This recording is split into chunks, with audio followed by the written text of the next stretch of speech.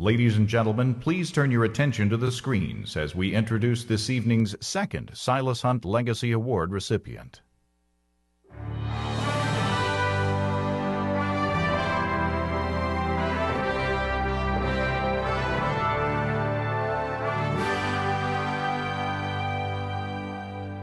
Basically, my connection here to the University of Arkansas, I was awarded an athletic scholarship coming from Fayetteville High School, which I accepted, and I majored in broadcast journalism, where I wanted to further my education and try to get a degree from here. In the journalism program and focusing on broadcast journalism, I was able to do a lot of different things that I wouldn't in high school consider doing, and work with the radio and TV and be able to edit and different things like that, and write in the newspaper. I mean, it was great. It was fun. I look forward to going to class every day and being with the professors and being with the students, because I was more of a quiet person. A lot of people don't consider or wouldn't think I was a quiet guy, but I used to be nervous and shy to meeting all these new people. When you come to the University of Arkansas, it's kind of a different world. I mean, you have so many people from all over the United States, from so many towns in Arkansas, that it's kind of like a common ground where you can meet everybody and meet professors and different things like that. It really opened my eyes and made me a more open-minded person and a more vocal person. And now, I mean, I'm not as shy as to somebody introduce themselves, or for me to go up in the crowd and introduce myself. It kind of went along with just being a basketball player, and a lot of people recognize you, but I think that, I mean, it made me a better person. And athletically, my time here, it was great. Being able to play in front of 20,000 fans at Bud Walton night in, night out, and play in the SEC, and allowed me to further my skill and play in the NBA. A lot of people can relate to this. I came in to the University of Arkansas as 6'7" long, skinny guy weighing 190 pounds, and left the University of Arkansas as a man around 225 pounds, developed as a basketball player. Around my sophomore year, I thought I might have a shot to go in the NBA, and it went to my junior year. I thought, well, okay, this might be possible. But going around the university and seeing stuff that people donated, and seeing people's names on different buildings, and I used to ask a lot of questions, like why would they name this that? Why is that there? Why is that? And people would have to say, oh, that their name's on this because they donated this, or they helped this, they helped do that. So from then, I mean, just being around, seeing the stuff on the university, it made me want to, maybe when I get older, be able to give back. Just being around and being in the NBA, you talk a lot with colleagues and different guys, and you see, like you said, guys, older vets, guys are about to retire, that they go back to the university and they donate a lot of money to the athletic program. I'm very pleased to announce today that Ronnie has made a $50,000 gift to the African American Studies program in the J. William Fulbright College of Arts and Sciences. For me, I wanted to be kind of a pioneer and set the stage that, I mean, it's actually good to give back to other things other than athletics. I mean, it's a good cause. It's something I wanted to do, and I felt like, well, why not start something new, and hopefully it can be a trend and people can catch on and start doing that. Not saying that I won't maybe later in the future do something for the athletic program, because they've done a lot for me. They gave me the stage to show my craft and get me where I needed to be to have the living that I'm having. But I just felt like that was the right thing to do, and just to give people maybe less fortunate opportunities to win a scholarship to further education, because somebody gave me the shot, gave me the opportunity, because I could play basketball. I told my mom, I said, I feel kind of awkward. I know my situation is a little different, and with the stuff that I did, but to me it's a huge honor just to mention my name in the presence of all those people. I mean, they're all great individuals. They did a lot of great things, and I'm very appreciative of just being mentioned with those people, because I think it's a rare situation that somebody my age was in a situation who could do something like that. So I just felt like it was my duty, and I'm just glad that and very appreciative that they recognized me.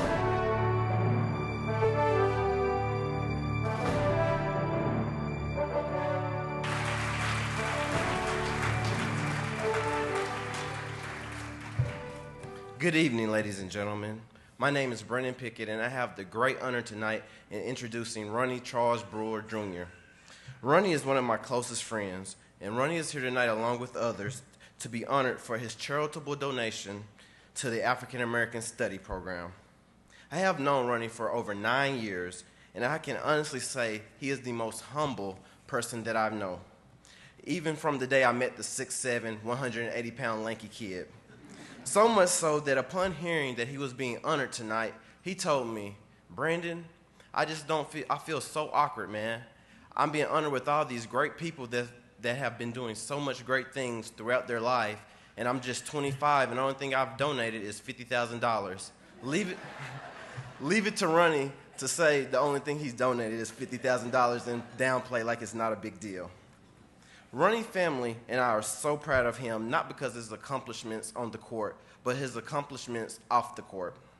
In today's news and sports media, it is very rare to see an athlete that has the moral compass to hold his or herself to a different standard and uphold the character that we all expect. Ronnie is one of those athletes. While only 25, he has already started the Ronnie Brewer Foundation, donated thousands of dollars, and also sacrificed countless hours to community service and outreach. Not to mention, while doing all this, he is financially stable and already has achieved so many career goals, but he is also planning to enroll back in school and finish his journalism degree.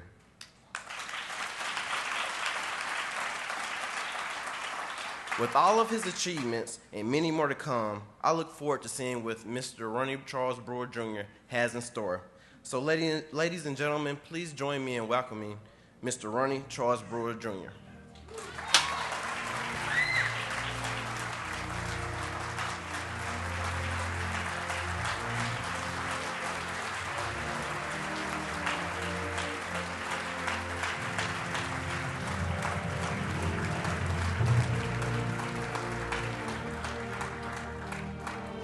Ladies and gentlemen, Ronald Charles Brewer, Jr., in recognition of the distinction you have brought to the University of Arkansas and your significant impact on the state of Arkansas, the nation, and the world, the University of Arkansas proudly bestows upon you the Silas Hunt Legacy Award. Congratulations. Thank you.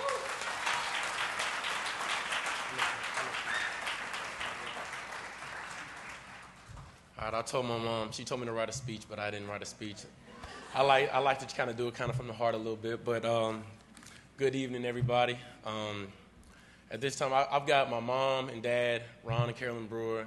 I got my grandma, my brother, my sister, a lot of my family members. Can y'all please stand up? They drove a long way from Arkansas to support me. Thank you. Thank you. All my family members, it's a lot of them. Thank you. Like you said, I feel like I'm a very humble guy. When I found that I was going to get this award, I was like, I looked at the list of people and the people who got it before me, and I was like, man, I don't even know how I can be in the same grace as these people. They've done so much for the university, so much for diversity on campus, and just with me by donating some money. And I don't know. I thought that was the easy way out. I said, man, I really think that, I mean, that's not really going to hurt me, but it's going to go a long way. It's a good cause. And my mom and my dad, they really put the things in front of me, the standards in front of me to live the right way. And like Brandon was saying, a lot of athletes you see them on ESPN, you see them in the paper, not doing the right things. They're in trouble or they're in the papers for the wrong reason. And I want to kind of be a pioneer like Mr. Hunt was by setting a standard of doing the right thing, being a positive role model for students and for student athletes. And with my parents, it allowed me to start the Ronnie Brewer Foundation, and the Brewer Crew allows me to do a lot of things in the community, a lot of things with basketball camps, giving back to during Thanksgiving, during Christmas, trying to do something to give away coats. It's a lot of different things that I try to do to be positive to the community, because I'm a Fayetteville native, so I feel like I should represent Fayetteville and the state of Arkansas to the best of my ability. And that's kind of my thing that I'm going to try to do. Hopefully, or not, I'm not going to get in trouble any way or another. and I can represent it the right way. I can represent my family the right way, and I can represent this award. And I'm very appreciative of it. Mr. Hunt is very, to me, without Silas Hunt, there wouldn't be a Ronnie Brewer, and there wouldn't be a lot of people in here at the position that they're in now. So I'm very grateful, and thank y'all. Have a good night.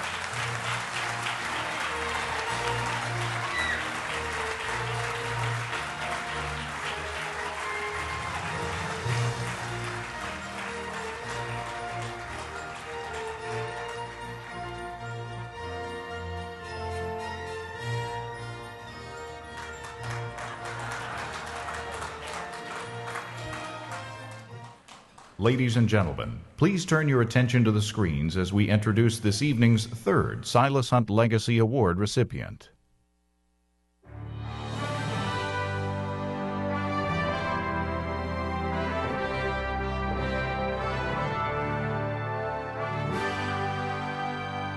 My connection with the University of Arkansas actually began in 1972. I came here as a student at that time. The diversity on campus in 1972 was very limited. The impact of the lack of diversity, it helped you to form more close friendships. Some of those friendships that I formed when I was here with those small numbers, they still exist today. Support, whatever money you had, you shared. And that was very little, but the other resources, morally supporting each other, emotionally supporting each other, just being in the group, you just formed that knit because that was your social network. And we partied in residence hall rooms, in the bottom of the basement and stuff like that. That's how small the group was. You can throw a party in the basement of Yoakum Hall, and most everyone was in there, and it wasn't necessarily a big crowd. I had the greatest time of my life being on the 7th floor of Yoakum Hall. The only 2 black guys on there, but we had the greatest time of our life because the guys on the floor, hey, we were all one mix, and we'd go through things at the Greek Theater, do our little skit for the pep rallies and stuff, participate in that. I was even president of the floor, so we had some support. I consider myself blessed because I stand on the shoulders of folks who came prior to me, not just in the 40s and 50s, but the more difficult times were even in the 60s. And so some of the things that they did and stood for back then, I benefited from in the early 70s. The University of Arkansas made me harder as a student, as a person. Not necessarily trying to, not where I excel academically. It taught me how to persevere. I think from the time that Silas arrived up into the 70s, you found people who were more appreciative of the fact that someone walked in the shoes before they did and created that pathway. And I think as you start to venture on past the 70s and the 80s, there's less of a recognition of the fact that that they're here off someone else's shoulder. So it just makes a difference in how you perceive things. You didn't take it for granted. When I became a professional, I wanted to be the person who was trying to make a difference, helping somebody else. It worked its way out that's what I became. I lucked into my jobs. My first job as a police officer, I didn't do that because I wanted to be a police officer. I did it because I was getting married and I needed a full-time job to support a family. And the same way with the night manager job, it was a better opportunity. So I think the part when I actually started getting a chance to try to help students came when I was in the College of Engineering working with the minority engineering programs. What Silas and others did, they came and they showed that it could be done.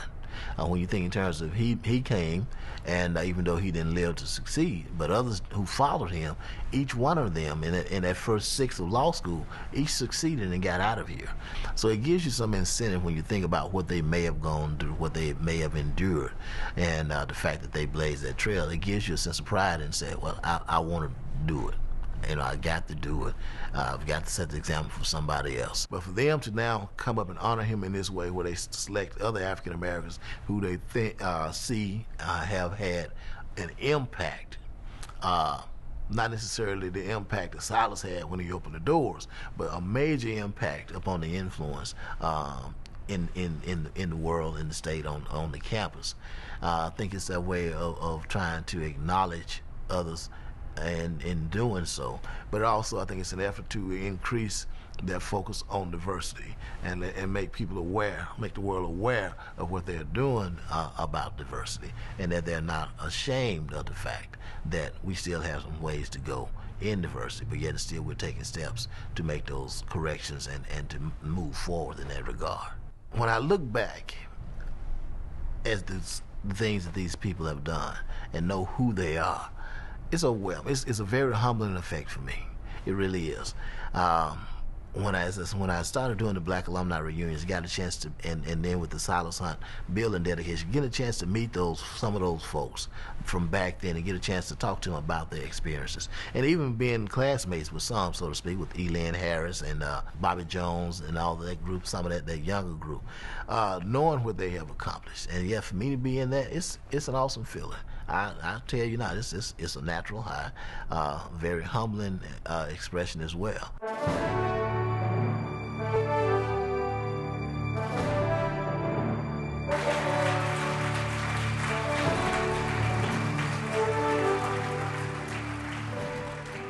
Good evening. I'm Linda Bedford Jackson, class of 1980 and president of the Black Alumni Society.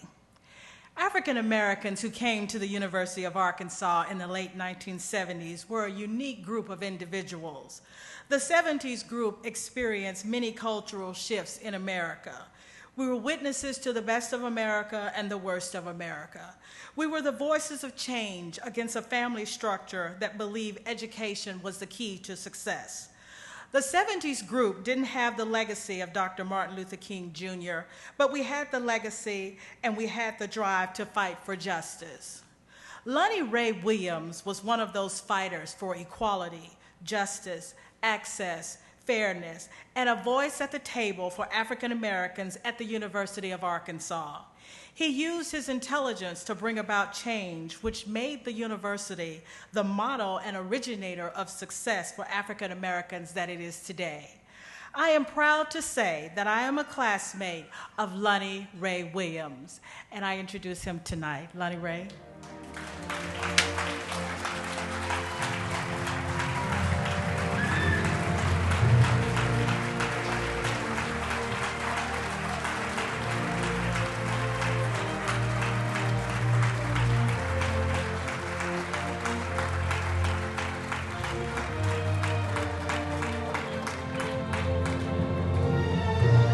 Lonnie Ray Williams, in recognition of the distinction you have brought to the University of Arkansas and your significant impact on the state of Arkansas, the nation, and the world, the University of Arkansas bestows upon you the Silas Hunt Legacy Award. Congratulations.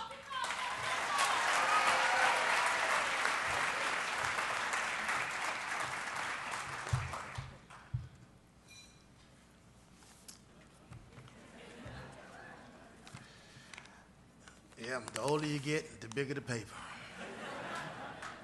Thank you, Linda, for the introduction. To Chancellor Gerhard, Provost Gaber, Vice Provost Robinson, members of the Board of Trustees, fellow honorees, family, friends, and guests. To say that I am humbled and honored by this recognition would be an understatement. I was interviewing someone for a project I was working on recently, and he said, I want to say something profound. And I know what he means. I wanted so bad for my remarks to be so profound. But I was afraid that if I got too engrossed in trying to make them profound, you may not be able to tell anyone tomorrow what I said. So I want to make this as simple as possible and as brief as possible, that if someone asks you tomorrow, you can tell them 3 points real quickly of what my remarks were about. I would like to begin my response by thanking God.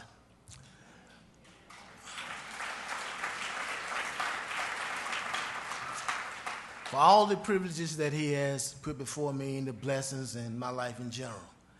And also the fact that he allowed my parents to live to see this moment.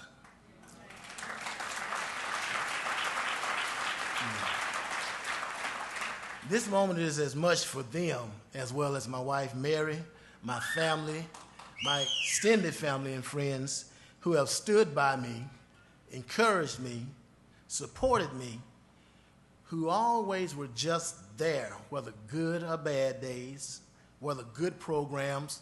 Yes, even I had flops.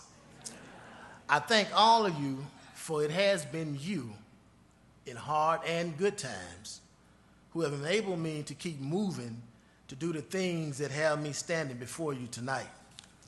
Nothing or very little would have been achieved or accomplished without your support of so many. I am forever grateful. There have been many people who came into my life from my affiliation with the university through the years and are now dear friends or in the circle I call family. I was blessed to have a job that from 1990 until 2003 paid and encouraged me to make friends, to stay in touch with friends, and to create opportunities that have led to success or resources for many who came to the university. I am grateful for that opportunity and very proud of my record of service to this university, students in general, and students of color in particular. One among many special friends was Rodney Moman. Rodney graduated from the University of Arkansas with a BS in engineering in about 1993, returned for law school in the fall of 1996, and was diagnosed with cancer in the spring of 1997.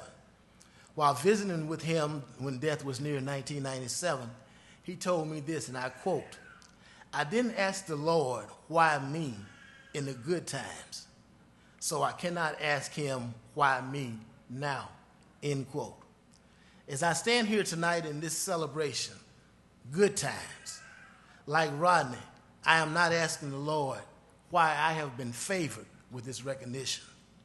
I will just say, thank you, Lord. Thank you for this blessing. And again, that my wife, parents, and family are here, and for a great circle of friends and supporters here as well as the residents. And from now on, Dr. Robinson, when you start calling names across Arkansas, don't forget Stevens, Arkansas.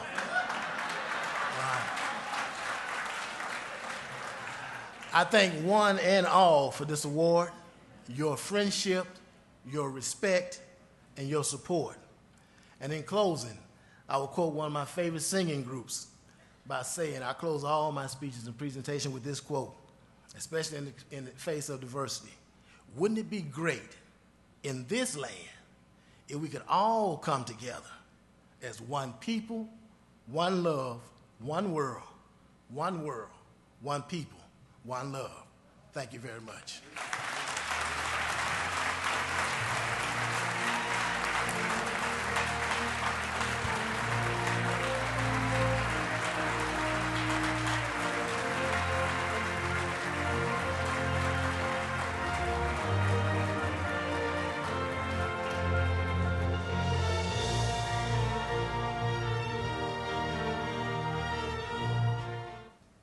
Ladies and gentlemen, please turn your attention to the screens as we introduce to you our final Silas Hunt Legacy Award recipient.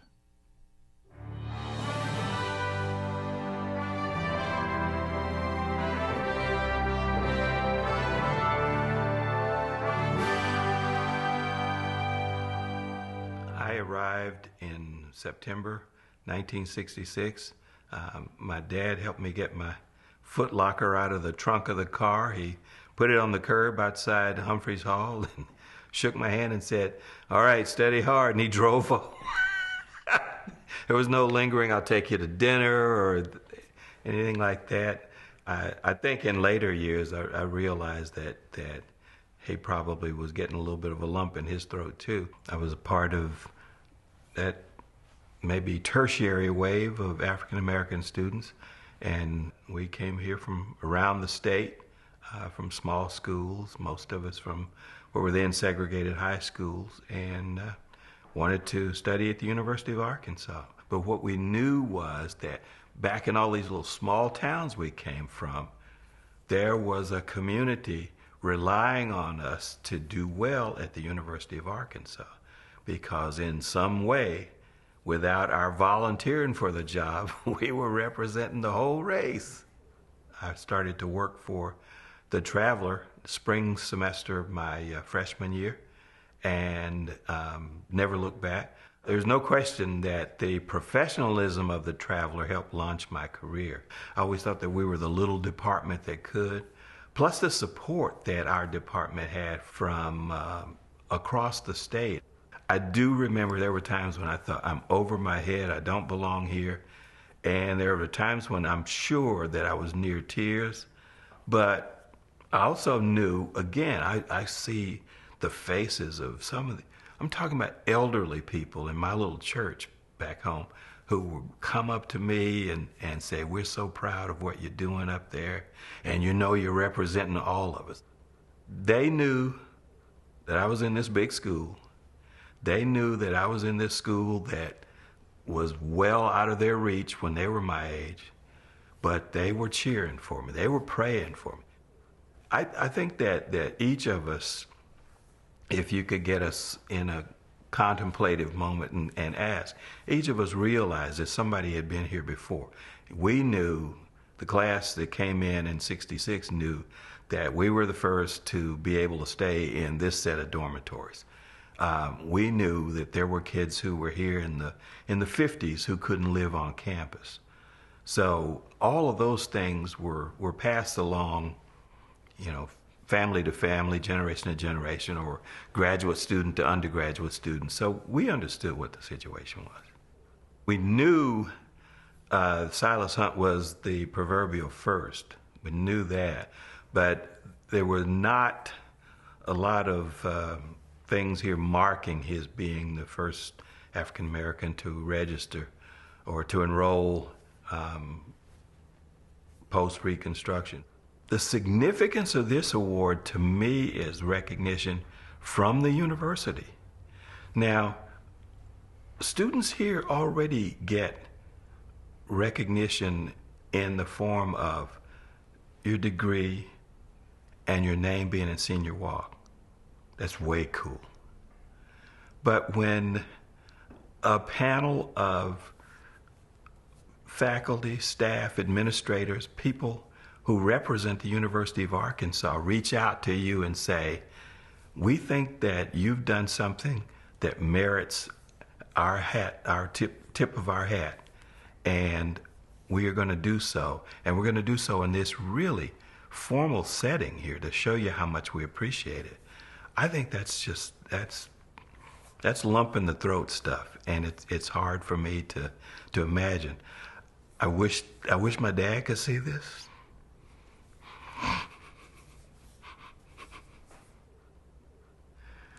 But the guy who gave me this ring,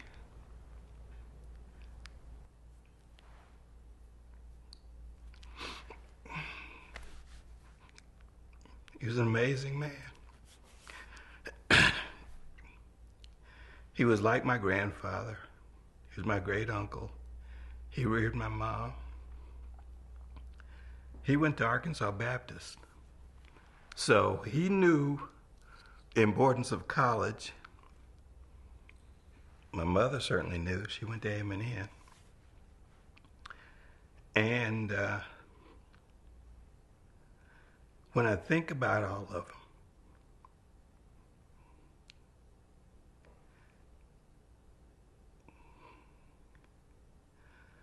I guess I wish I could tell them. It worked out.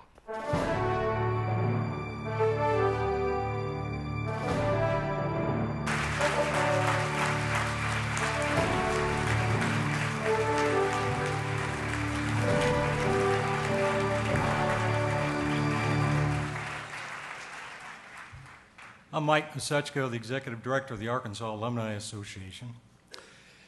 Last fall, my wife Chris and I had the opportunity to travel with Gerald and Elizabeth Jordan to Oxford, Mississippi, where we took part in a meaningless ceremony of an exchange of a plaque between the presidents of their alumni associations to the winner of the game. It wasn't a good afternoon, by the way.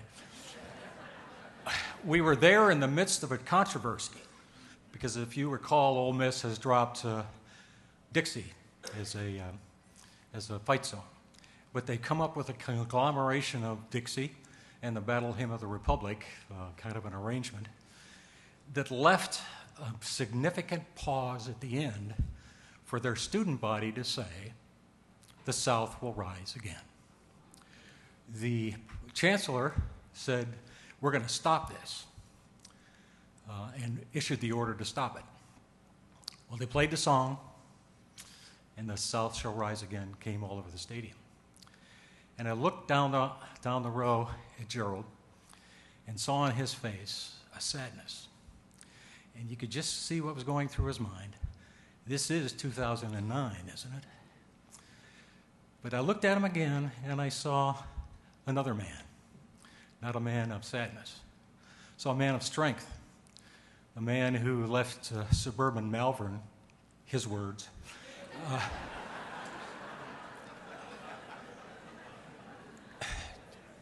and a segregated high school to go to the University of Arkansas in the midst of the late 60s. And those of us who are around know what that was all about. I saw a man who was an accomplished journalist, trained by the legendary Ernie Dean, who honed his skills and proved that he was one of the very best, working for newspapers like the Kansas City Star, the Boston Globe, Philadelphia Inquirer. I saw a man who was an incredible teacher, who was Ernie Dean to a new generation of students. I saw a man who was loyal to his alma mater in a lot of different ways. A man who was a volunteer of the year. A man who was president of the Black Alumni Society and a member of its board. A man who was on the board of the Lemke Alumni Society for Journalists. And I saw a pioneer, because just like Silas Hunt, Gerald Jordan is the first African American to lead the Arkansas Alumni Association.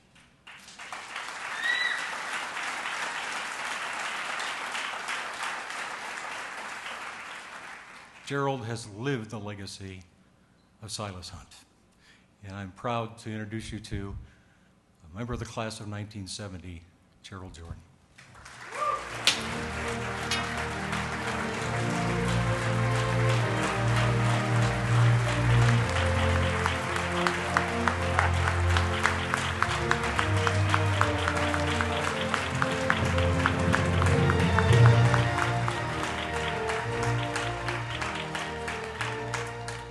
Gerald B. Jordan, in recognition of the distinction you have brought to the University of Arkansas and your significant impact on the state of Arkansas, the nation, and the world, the University of Arkansas proudly bestows upon you the Silas Hunt Legacy Award. Congratulations.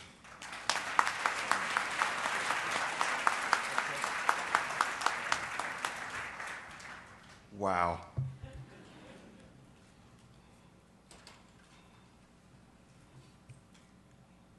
Lee Bodenhammer, Julian Stewart, and Louis Epley asked me if I was going to make a speech. They said, "Well, you're a journalist." I said, "Well, no, we cover speeches. We don't make speeches." I did make a few notes that I'm going to give to Dr. Robinson and ask him to read.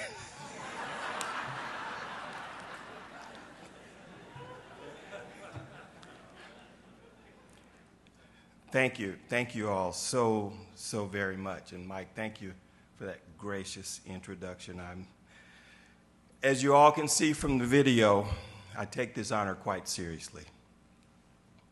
In fact, I'm sorry that Vice President Biden isn't here tonight to express in blunt terms just how I feel about this occasion.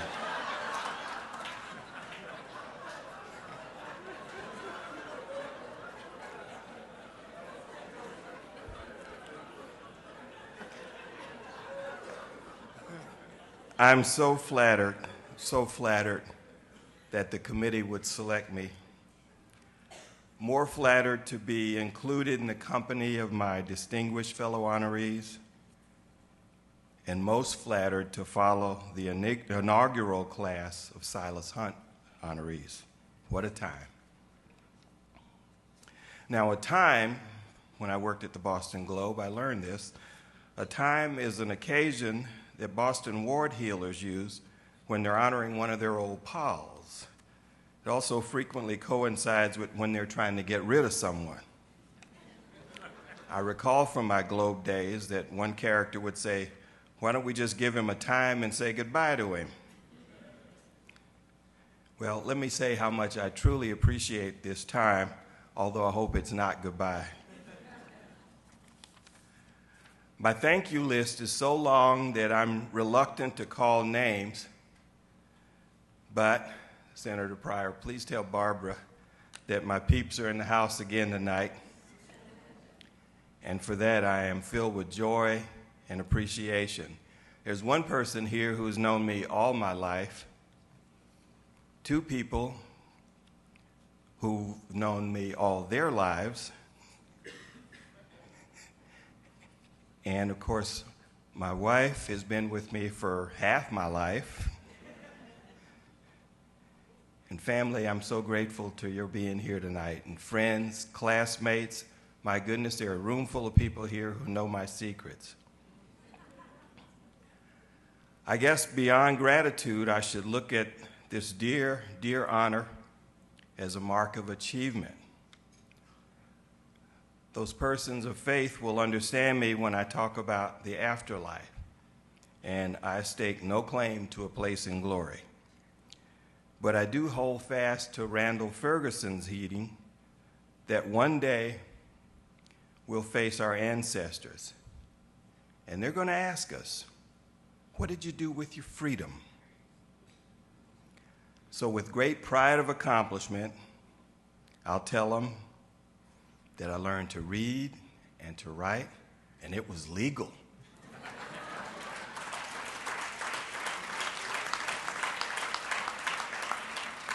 I'll tell them that I graduated from the university that they couldn't fathom or even dream of entering, and it was challenging. I'll tell them I voted, and nobody clubbed my head as I entered or left the polls. And one day when the votes were counted, I'll tell them that we elected a man whose father was Kenyan and whose mother was Kansan. And it was amazing. I'll tell them that I wrote for some big city newspapers, and it was a blast. I'll tell them that I taught the progeny of those with whom we once were told we couldn't drink the same water, we couldn't ride on the same bus, we couldn't dine in the same restaurants, we couldn't live in the same neighborhood. I taught their progeny, and it was just. Thank you, Silas Hunt Committee, for making all that possible. Thank you, Silas Hunt, for what you did in paving the way for us. Thank you all for tonight.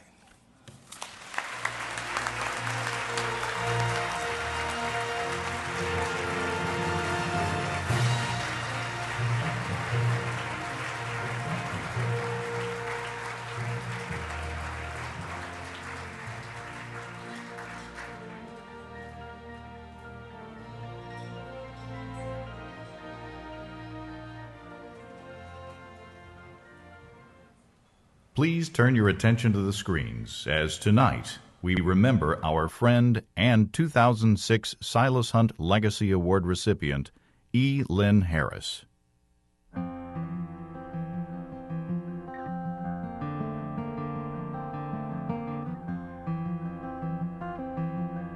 Everett Lynn Harris was born on June 20th, 1955, in Detroit, Michigan. He grew up in Little Rock, Arkansas, and forewent his senior year of high school to begin studying at the University of Arkansas, where he made the most of his opportunities, becoming the first African-American yearbook editor and male cheerleader. In the years following his graduation, E. Lynn Harris became a highly successful writer, publishing 10 New York Times bestsellers in as many years. Through it all, he remained a proud advocate for the University of Arkansas wherever he went, and was always grateful for what the university had given him. In 2003, E. Lynn returned to his alma mater to teach, mentor, and work with the university's spirit squads.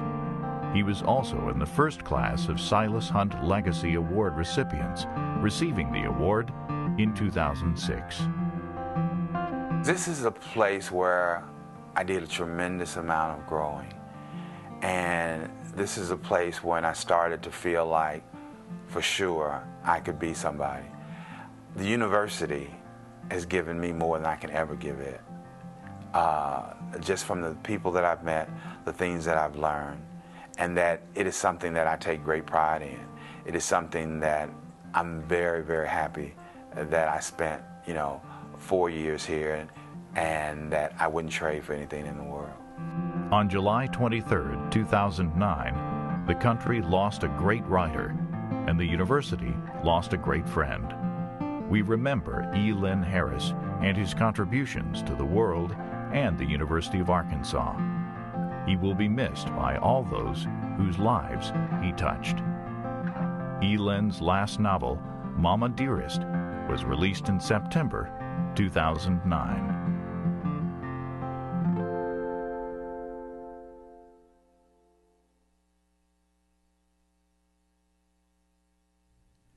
Please welcome to the stage the Lion Choir from Little Rock's McClellan High School.